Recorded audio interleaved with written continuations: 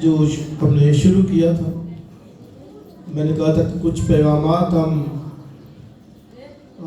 इस बात के लिए सुनेंगे कि हम किस तरह खुदा के नाम को जलाल दे सकते हैं। और ये भी लास्ट भी बताया था कि जब हम कहते हैं कि हम खुदा के नाम को जलाल दें, तो इसका ये मतलब हरगिज़ नहीं है कि खुदा को जो है वो बड़ा कर या उसकी जो क्या कहेंगे खूबसूरती, उसका जलाल, उसमें इजाफा, तो हम इजाफा नहीं कर रहे। याद रखिए, हम जो है वो अपनी जिंदगियों में खुदा को बड़ा दिखा रहे हैं, इस तरह हम जलाल खुदा उनको दे रहे हैं। तो मैंने कहा कि बहुत दफ़ा लोग सोचते हैं कि किस तरह खुदा जो ऑलरेडी जलाली खुदा है, उसका जलाल बहुत बड़ा है, तो किस तरह हम उसको जलाल जो है वो दे सकते हैं। तो हरगिज़ इसका मतलब नहीं है कि हम उसकी खूबसूरती में इजाफा कर रहे, नहीं, बल्कि हम क्या कर रहे हैं, खुदा के नाम को जलाल इस तरह से दे रहे कि उसको अपनी जिंदगियों से बड़ा दिखा रहे हैं। और अजीज बहनों और भाइयों, यही हकीकत है कि हम जो है वो अपने खुदा को सबसे ऊपर दिखाएं अपनी जिंदगी में, अपनी लाइफ में, हर एक पहलू के अंदर उसका दर्जा जो है वो बड़ा हो, अव्वल हो। और इसी बात से नजर आता है कि हम अपने खुदावंद को कैसे जलाल दे रहे हैं। ये नहीं कि हम यहाँ पर जब इतवार को सिर्फ चर्च आ गए और फिर गीत गा लिए और फिर ताली बजा ली, हदिया दे दिया, तो यही सिर्फ जलाल नहीं है कि यहाँ तक इतवार के 2 घंटे तक कि हम कहें कि हम जलाल दे रहे, हरगिज़ नहीं, बल्कि अपनी जिंदगी के हर एक शोबे में अपने खुदा को बड़ा दिखाना। इसलिए कि क्रिएशन का यही मकसद है। और लिखा है कि मेरे बच्चों को, मेरे बेटे बेटियों को बुलाओ दूर से, आगे लिखा जिनको मैंने अपने जलाल के लिए खला किया। सो हमें उसने अपने जलाल ही के लिए खला किया है। और याद रखिए कि कुलसियों के खात में लिखा है कि उसी के लिए सब चीजें हैं, उसी के लिए एवरीथिंग, हर एक चीज और सब चीजें लिखा उसी के वसीले से बनी और उसी के ही लिए है, किसी और के लिए नहीं है, उसी के लिए, ना हमारे लिए है बल्कि उसी के लिए, क्योंकि वो ही सबका क्रिएटर है, खालिक है। आमीन।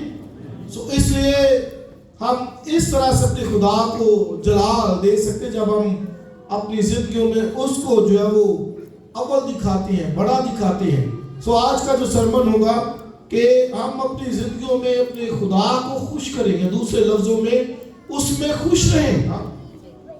खुदा में क्या रहें? खुश रहें। सो हवाला देख ले पहले, इसके बाद हम इस पर मजीद बात करते हैं।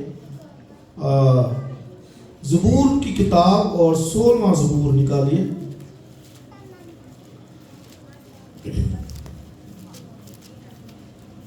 सोलहवां ज़बूर और उसकी 8वीं, 9वीं, 10वीं और 11वीं आयत। सो आप जरूर जल्दी निकालिए। मैंने खुदावंद को हमेशा अपने सामने रखा है, क्योंकि वो मेरे दाहिने हाथ है, इसलिए मुझे जुम्बश ना होगी। इसी सबब से मेरा दिल खुश और मेरी रूह शादमान है। मेरा जिस्म भी अमन व अमान में रहेगा, क्योंकि तू ना मेरी जान को पताल में रहने देगा, ना अपने मुकद्दस को सड़ने देगा। तू मुझे जिंदगी की राह दिखाएगा, तेरे हजूर में कामिल शादमानी है, तेरे दाहिने हाथ में दायमी खुशी है। और एक और रेफरेंस फिलिपियों के खात में से उसके 4 बाब की 4 आयत। खुदावन में हर वक्त खुश रहो, फिर कहता हूं कि खुश रहो। और इसी बाब की, फिलिपियों के खात के पहले बाब की एक और आयत हम देखें, 25वीं आयत पहले बाब में। चूंकि मुझे इसका यकीन है, इसलिए मैं जानता हूं कि जिंदा रहूंगा, बल्कि तुम सब के साथ रहूंगा, ताकि तुम ईमान में तरक्की करो और आगे और उसमें खुश रहो। आमीन। और उसमें खुश रहो।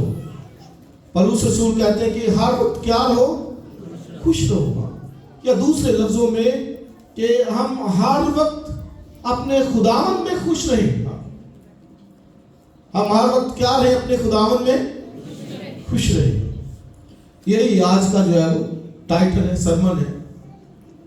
और याद रखिए कि जब हम उसमें खुश रहते हैं तो ये हकीकत में अपने खुदा के नाम को जलाल देते हैं। और जब हम दुखी होंगे, अफसुर्दा होंगे और ऐसे गम जो है वो लिए फिरेंगे, तो ये फिर जलाल देना उसको नहीं है। क्योंकि हम जो है वो दुख के अंदर, गम के अंदर है, और कैसे जो है वो उसके नाम को जलाल दे सकते हैं। और बाइबल में मिसाल की किताब में एक वर्स भी है कि शादमान दिल जो है वो शिफा पाता है। शादमान दिल शिफा पाता है। और आगे लिखा है कि जो अफसुर्दा दिली है वो हड्डियों को जो है वो क्या उसको कहते हैं कि वो और ज्यादा जो है वो उनके लिए नुकसानदेह होती है। दुनियावी नुक्ता नजर से भी यही बात है। आज मेडिकल के अंदर डॉक्टर्स और यही जो है वो मशवरा देते, वो कहते हैं भाई खुश रहें, आप बचेंगे। शुगर, ब्लड प्रेशर, आज हर बंदे को, और डॉक्टर्स क्या कहते हैं कि भाई क्या रहे?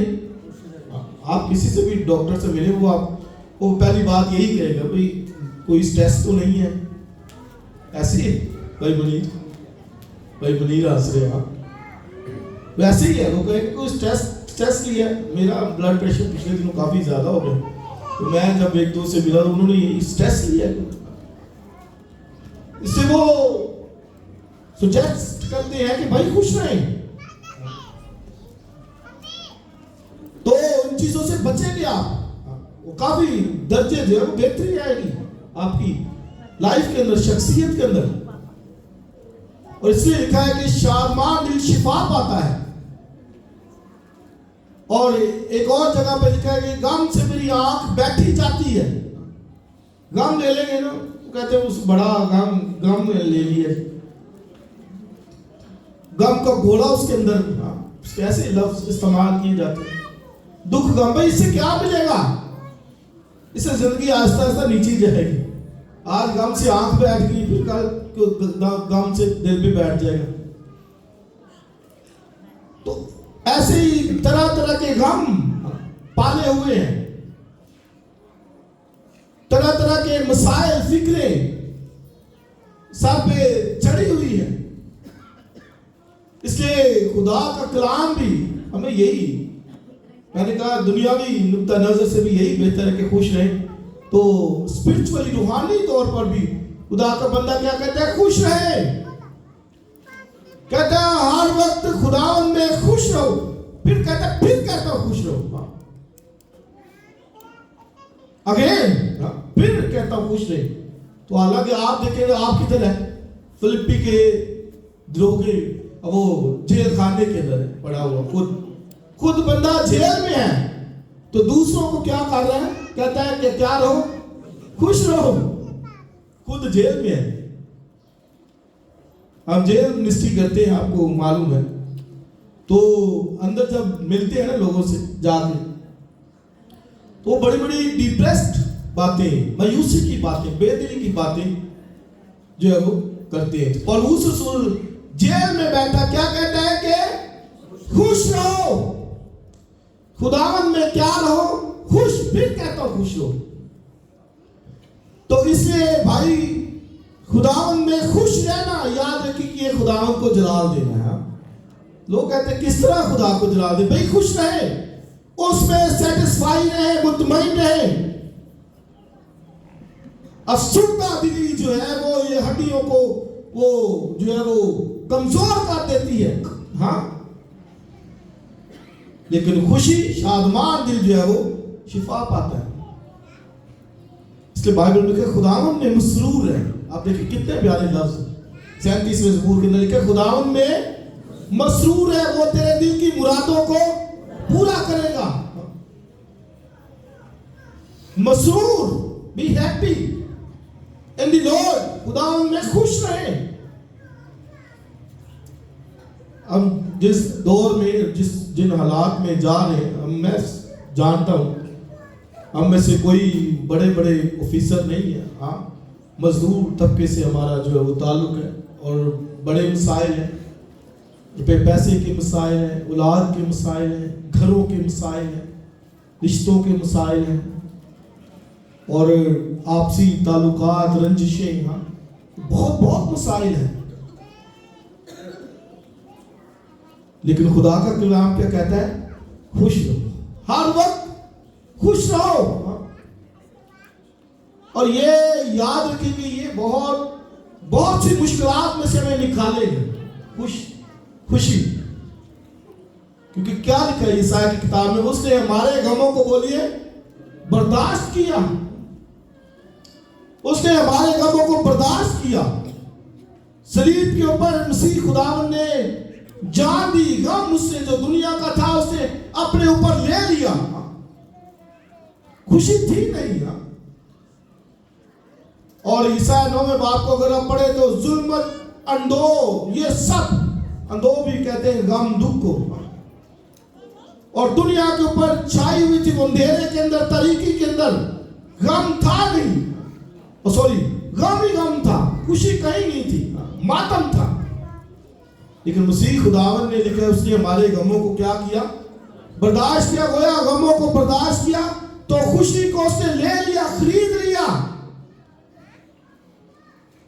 इससे बाइबल में आप पढ़ेंगे ना, 14वां बाब यूहन्ना की इंजील में तो लिखा है कि तुम मुझे जो है वो देखोगे, और जो है वो गम, आप पढ़ लीजिए जरा, उसको निकालिए वाला एग्जैक्ट आपको वर्ड्स जो है वो मिलेंगे। 14वां बाब निकालिए जरा, नहीं यूहन्ना की इंजील का,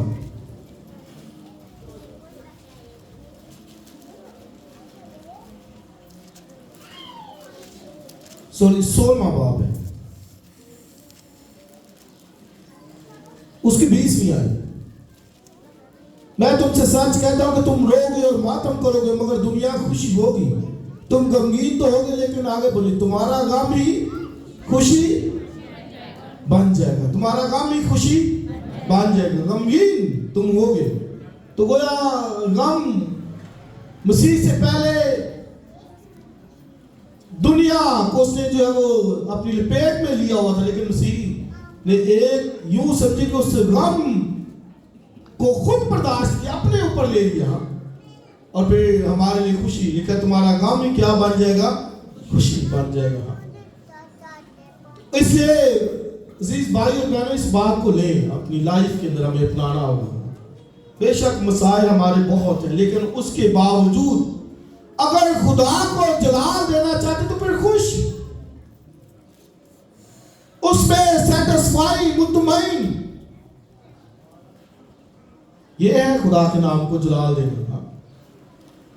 अगर ये नई बातें जितना मर्जी प्रस्तुत करते रहे, गीत गाते रहे, और अगर गम के अंदर ही रहना है, दुख को लिया हुआ हर वक्त बुड़बुड़ाते ही रहना है, हाँ हर वक्त रोते ही रहना है, तो फिर कैसे उसके नाम को जलाल दे सकते हैं?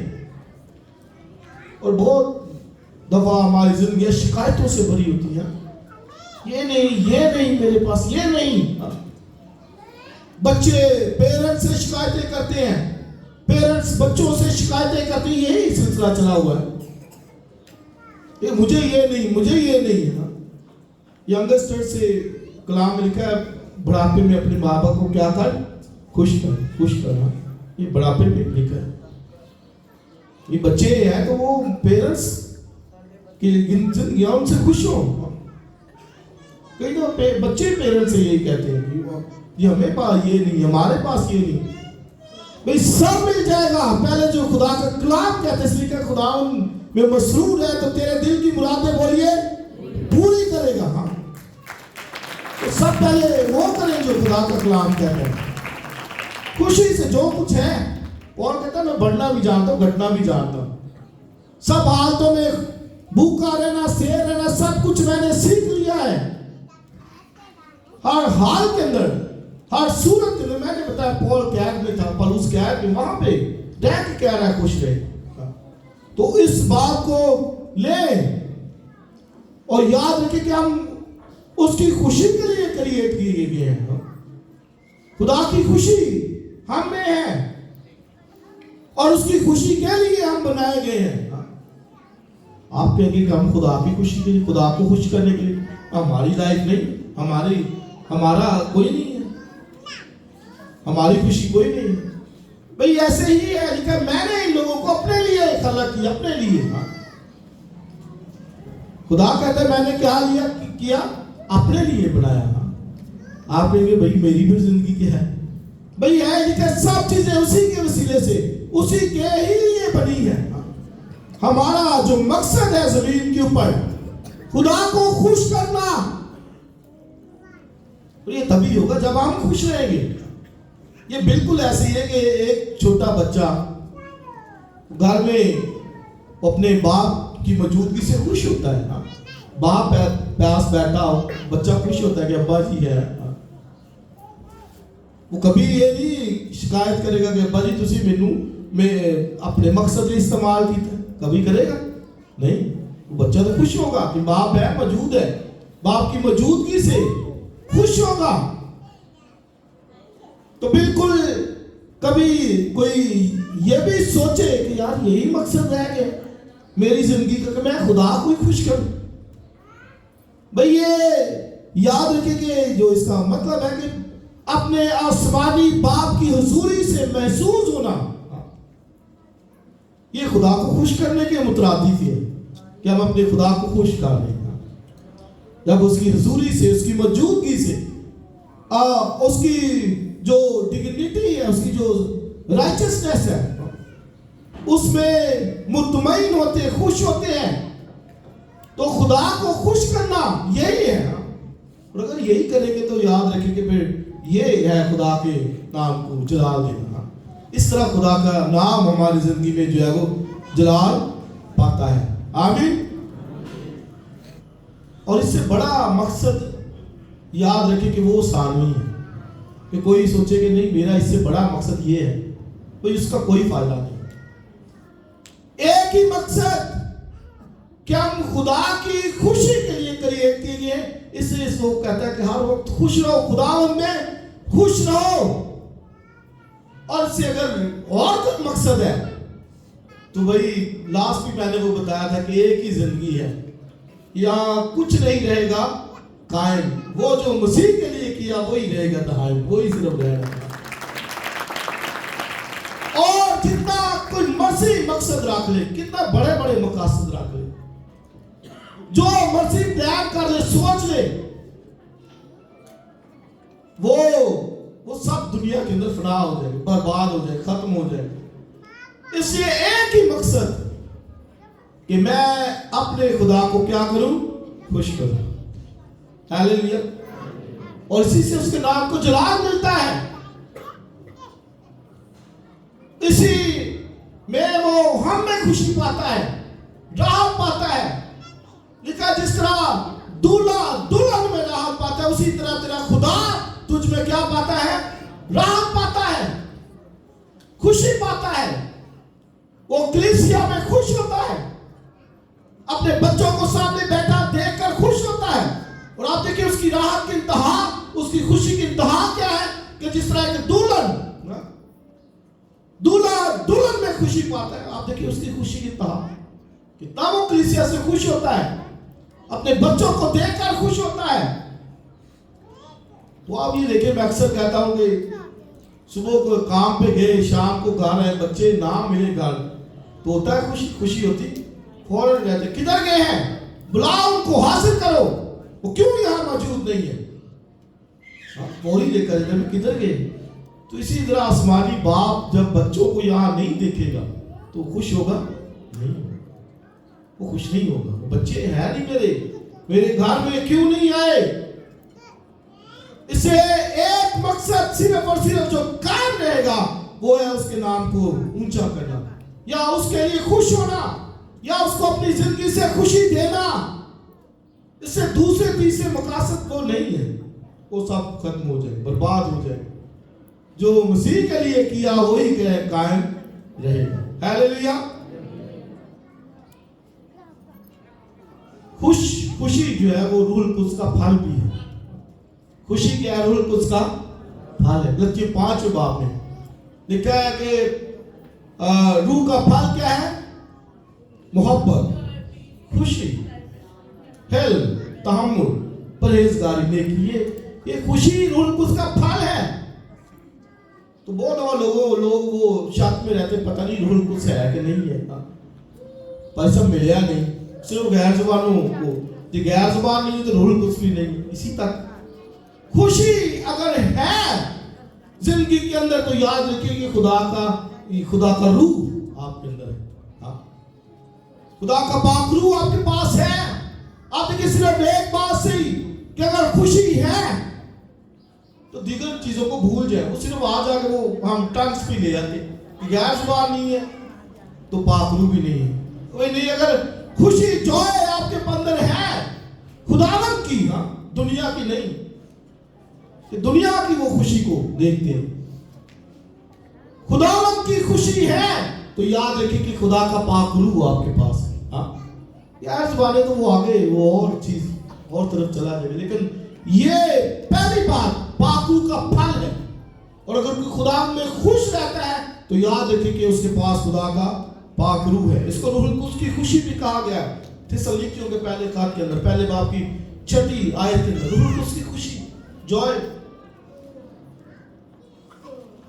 तो आप देखें कि ये खुशी है अगर, तो आप फिर अपने आप को देख ले कि खुशी है। जरा देखिए दिल के ऊपर हाथ रख के, क्या खुशी है? कितने फीसद है? गम से कितना दिल भरा हुआ है?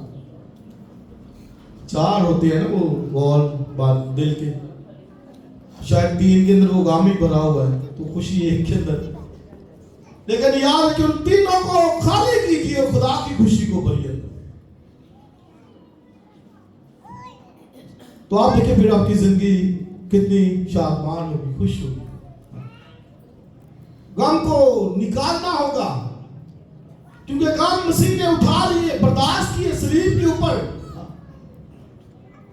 जब उसको तमाचे लगे, कोड़े लगे, उसके मुंह पर थूका गया, तो ये हमारे गम थे जो उसे अपने ऊपर ले लिए।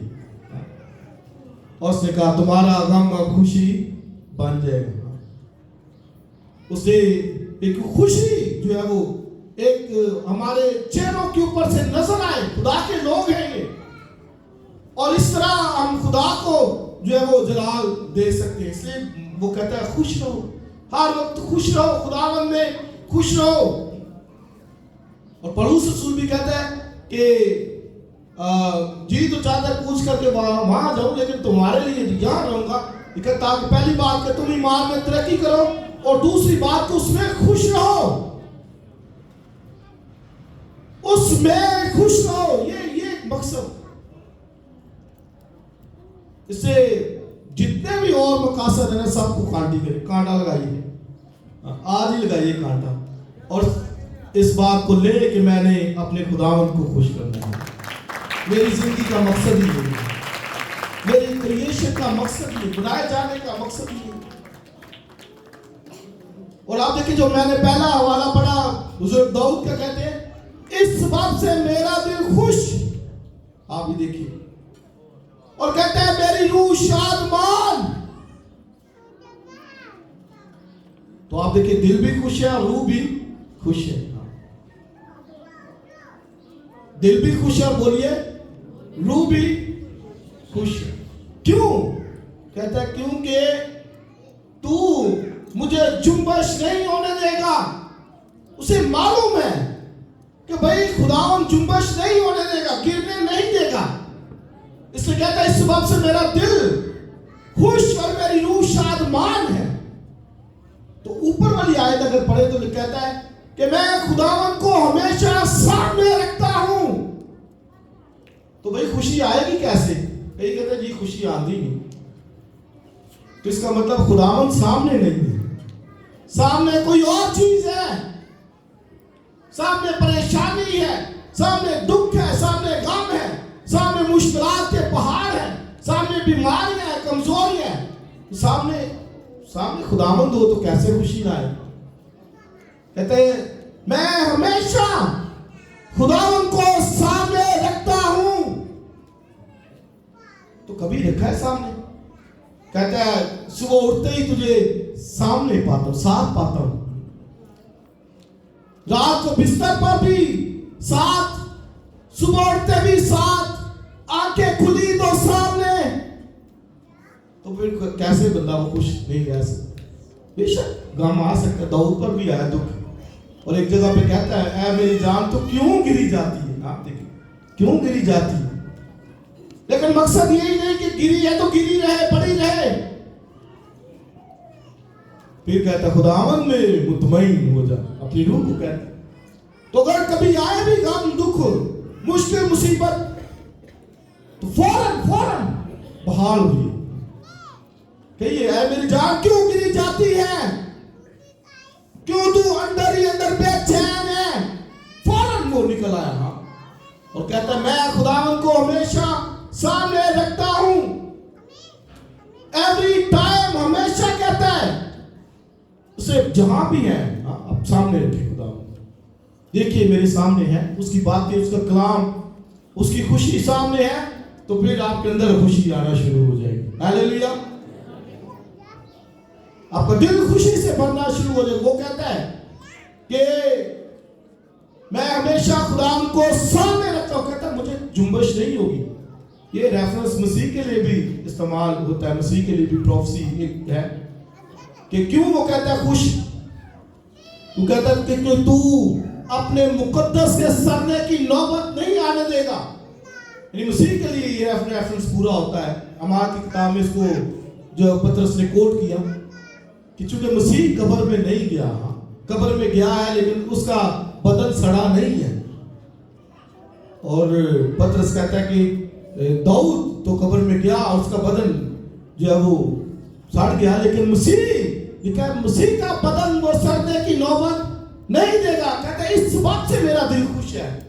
तो वह दोनों तरह से दाऊद के लिए भी है और मसीह के लिए भी है।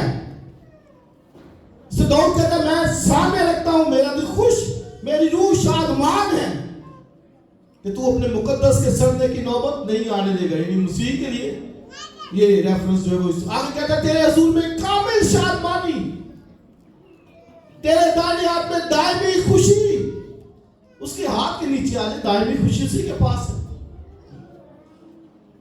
बाइबल में आप पढ़े हन्ना के ताल्लुक से लिखा है कि हन्ना वो रोती रहती थी, खाना भी नहीं थी खाती, खुशी नहीं थी, क्योंकि औलाद नहीं थी, बच्चे नहीं थे, और जिसके थे उसकी सौतन के वो उसे हर वक्त टीज करती रहती थी। तो हन्ना बेचारी की औलाद नहीं थी, बच्चे नहीं थे, इसलिए लिखा वो रोती रहती थी, खाना भी नहीं थी खाती। और उसका शोर अल्काना कहता है हन्ना तू क्यों रोती रहती है, क्यों तेरा दिल अफसुर्दा है, क्यों तू दुखी रहती है? कहता क्या मैं तेरे लिए 10 बेटों से बढ़कर नहीं? तो औलाद के लिए दुखी थी, रोती रहती थी। औलाद नहीं है। कई दफा हमारे पास भी कोई बरकत ना हो तो हम भी रोते रहते हैं। खुदावंद की आस रख, भरोसा रख, उसमें मुतमईन हो। और घरों में भी यही होता है, अगर बच्चा नहीं है किसी के पास तो कई दफा पेरेंट्स उसको कहते हैं, रिश्तेदार मोहल्ले वाले या इधर उधर ऐसी परेशानी ली होती है। और सास ससुर भी कई दफा ताने देते हैं, औलाद नहीं। तो हन्ना के साथ भी यही था, ताने मेरे सब उसको बर्दाश्त कर, तो वो बेचारी दुखी रहती थी औलाद के लिए भी। अब्राहम ने भी एक दफा कहा, कहता है खुदावंद मेरे औलाद नहीं है, बच्चा नहीं है, बेटा नहीं है, तू मुझे क्या देगा? मैं तो बेऔलाद जाता हूं। खुदा ने क्या कहा था उसको? पहली बात जो खुदा ने अब्राहम को कही, लिखा है कि खुदा ने कहा कि मैं तेरा बहुत बड़ा अजर हूं। अब्राहम मैं तेरे साथ, तू बच्चों की बात करता, औलाद की बात करता। आप ये देखिए, हालांकि ये बात मैं कह रहा हूं, मुझे कहनी तो नहीं चाहिए, लेकिन अब्राहम को ये कहना नहीं था चाहिए। औलाद के लिए खुदावन मेरी औलाद नहीं, बच्चे थे। खुदावन ने उसे कहा कि अब्राहम मैं तेरा बहुत बड़ा अजर हूं, कि मैं बच्चे देने वाला तेरे साथ, तू बच्चों की बात कर। देख आसमान के सितारों को गिन, रात के रेत के जरों को अगर गिन सकता है तो गिन, नहीं गिन सकता, तेरी औलाद इतनी ही होगी। खुदावन ने मैं तेरा चलूं, आई एम योर रिवार्ड। ऐसे खुदावन में पहले खुश थे। हन्ना खुश नहीं थी रहती, उदास रहती थी, कुड़ती रहती। फिर हैकल में गई, दुआ करने लगी। एली कहता है तू नशे में है, हाँ अपना नशा उतार। कहती नहीं नशे में नहीं हूं, मेरा दिल जो है वो आज़ुदा है, आज़ुदा है मेरा दिल, मैं गम के मारी हूं। वहां रोकर उसने दुआ की, और उसके बाद एली ने कहा जा जो है वो खुदावन तेरे दिल की मुरादें पूरी कर। तो वहां उसने मन्नत मांगी। फिर कहते अगर खुदा तू मुझे फर्जंदे नूरीना देगा तो मैं उसे तुझे दे दूंगी। और बाइबल पढ़ लीजिए, लिखा है उसके बाद हन्ना कभी उदास नहीं हुई, खुश। खुदा उनके साथ है तो खुश। लिखा वो तेरे हक को जो तेरा है दोपहर की तरह रोशन करेगा। जो तेरा है, ये जिसकी तुझे नीड है, जरूरत है, तो उसके लिए मारा मेरा फिरता है, गम खाता रहता है, रोता रहता है, दुखी रहता है, कुड़ता रहता है। खुश हो जा खुदा में, लिखा वो तेरे हक को दोपहर की तरह रोशन करेगा। यानी जो तेरा है वो देगा, जिस तरह दोपहर रोशन है उसी तरह वो तेरा हक, जिसकी तुझे नीड है, जरूरत है, वो देगा। हालेलुया। तो अब्राहम को उससे थी औलाद उसकी, आप देख सकते हैं। तो कभी इन चीजों के लिए बेशक जरूरत तो है, दुआ करेगा। याद रखिए कि दुआ जिंदगी के अंदर खुशी लाती है। तो दुआ तो करनी नहीं, तो फिर काम ही आना है। अगर वो कहता है उसके पास खुशी नहीं है, नहीं आती, तो दुआ करना शुरू करे।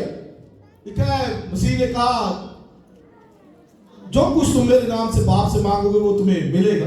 जो कुछ आप देखिए, जो कुछ फिर लिखा अभी तक तुमने मेरे नाम से मांगा नहीं, क्या मांगो। आगे लिखा ताकि तुम्हारी खुशी पूरी हो जाए। खुशी पूरी नहीं हो सकती दुआ के बगैर। दुआ प्रेयर, इसको लाइफ के अंदर लेके आइए, तो आप देखिए फिर कितनी खुशी होगी, शादमानी होगी, बरकत होगी। और फिर बीमारियों के ऊपर भी आपका इख्तियार होगा, कंट्रोल होगा। इसलिए लिखा शादमान दिल जो है वो शिफा बचता है, शिफा पाता है। तो इसलिए इन जो ये बातें इनसे सीखना है, इनको लेना है अपनी लाइफ के अंदर, और गमों से निकलना होगा, दुखों को छोड़ना होगा। भाई उसको हमारी फिक्र है, इसलिए बाइबल में कहा अपनी फिक्रें मुझ पर डाल दो, मुझे तुम्हारी क्या है फिक्र है। तो हन्ना को भी खुदा ने फिर बेटा दिया, उसने उसका नाम क्या रखा? शमूएल। उसने कहा था कि खुदावन मैं तुझे दे दूंगी। तो आप देखिए मन्नत एक दफा, तो मन्नत मान ली तो फिर पूरा भी करना। लिखा तेरा मन्नत ना मानने से बेहतर है कि तू मन्नत माने और पूरा। तो मन्नत तो माने तो पूरा करने में दिल नहीं करता। तो हन्ना ने जो कहा तो बेटा खुदा बेटा, अगर आज के होती तो सोचती कि एक ही बेटा मिले है बड़ी देर बाद, वो भी उठे दे दिया। हाँ, लेकिन उसने ऐसा नहीं सोचा, उसने फौरन जो कहा पूरा किया। और बहुत बार लोग जो मन्नत मानते हैं पूरा नहीं करते, हाँ देर करते हैं, दिल नहीं करता। तो मैंने बताया कि खुशी पहली बात तो आती है देने, दुआ से। दूसरी बात देने से। क्या लिखा बाइबल में कि खुदा खुशी से देने वाले को अजीज रखता है। आप देखिए, अजीज रखता है। वो खुदा के महबूब प्यारे हन्ना खुशी से दिया उसे, और खुदा ने फिर उसको और औलाद भी दी। ये नहीं कि खुदा ने नहीं दिया तो लिखा दिया करो ताकि तुम्हें भी दिया जाए।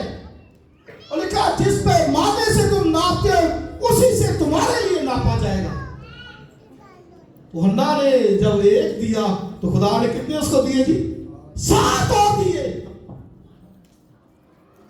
इससे मैंने बताया दुआ से, देने से खुशी जो है वो आती है। और तीसरी और आखिरी बात जो मैं करना चाहता हूं, खुशी किससे आती है? इसी का हवाला लिखा, तूने सदाकत से मोहब्बत रखी और बदकारी से नफरत। ज़बूर 45 के अंदर ये मिलेगा। और आगे के लिखा है, इसलिए खुदावन तेरे खुदा ने लिखा शादमानी के तेल से। अब देखिए, शादमानी खुशी के तेल से तुझे तेरे हमशुरों से ज्यादा मसा किया। अब मसा का क्या मतलब? ज्यादा खिदमती, ज्यादा खिदमती। तो लिखा है शादमानी के तेल से, खुशी के तेल से। मसीह की जो जिंदगी है, लाइफ है, खुश। लिखा है क्या उसने कहा, लोमड़ियों के भट्ट होते, हवा के परिंदों के। और आगे बोलिए, प्रिय आदम के साथ दर्दे की घर नहीं, आराम करने के लिए बेड नहीं, वहां पर बिस्तर नहीं है। घर में और बच्चे भी थे, शायद उसको हेट करते हो उसी को। तो राम के लिए जगह नहीं, फिर बेचारा वो कश्ती में सो जाता था। कश्ती में ऐसे जाते, सफर करते, सो जाते, रेस्ट करते थे। लेकिन सदाकत से मोहब्बत, सच्चाई से मोहब्बत, सदाकत से। कितनी मोहब्बत है सदाकत से। सदाकत ये है, खुदा के घर में आना ये सदाकत है। वर्शिप करना सदाकत है। गीत गाना सदाकत है। उसकी निजात को लेना सदाकत है। उसकी रास्तबाजी को लेना सदाकत है।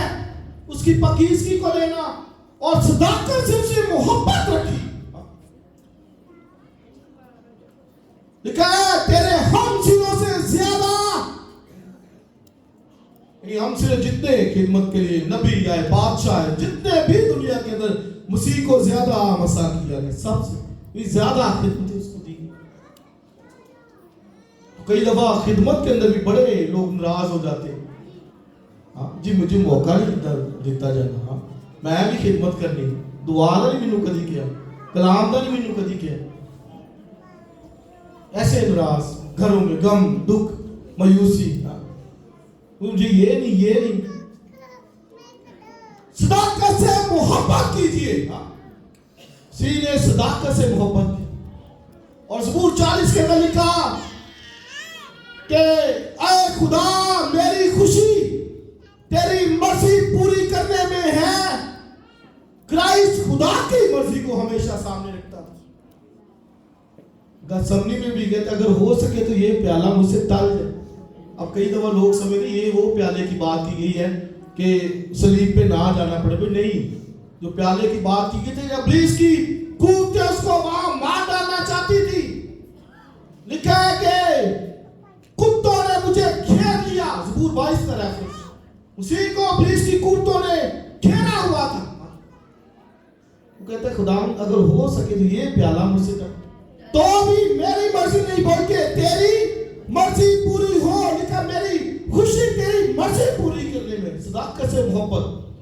और मसीह को फिर ज्यादा खिदमत, तेरे हम सिरों से ज्यादा तुझे क्या किया गया?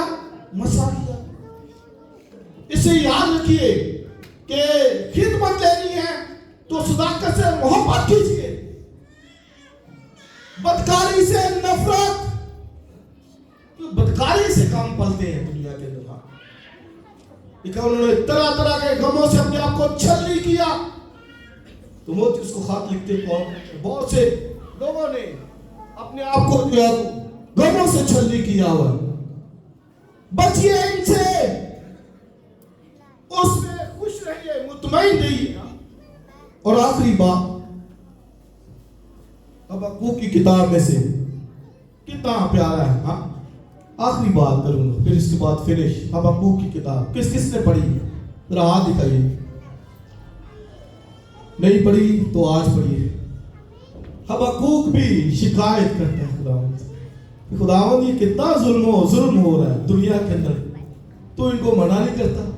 ये हबक्कूक शिकायत करता है खुदावंद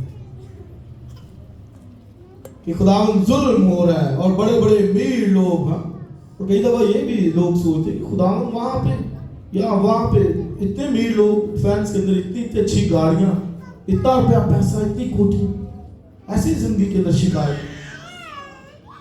तो ये शिकायत निकालना, कुड़ना निकालना। बड़ी इस्राएल भी बड़े कुड़ते थे, शिकायतें करते थे। खुदावंद खुश होता, खुश नहीं था उनकी जिंदगी से। शिकायत अपनी लाइफ से निकालनी होगी।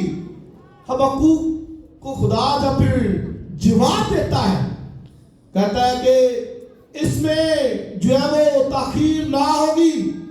और आगे क्या कहता है? खुदा के मेरा रास्तबाज बंदा बोलिए ईमान से जीता रहेगा, और अगर वो हटेगा तो लिखा है मेरा दिल उससे खुश नहीं।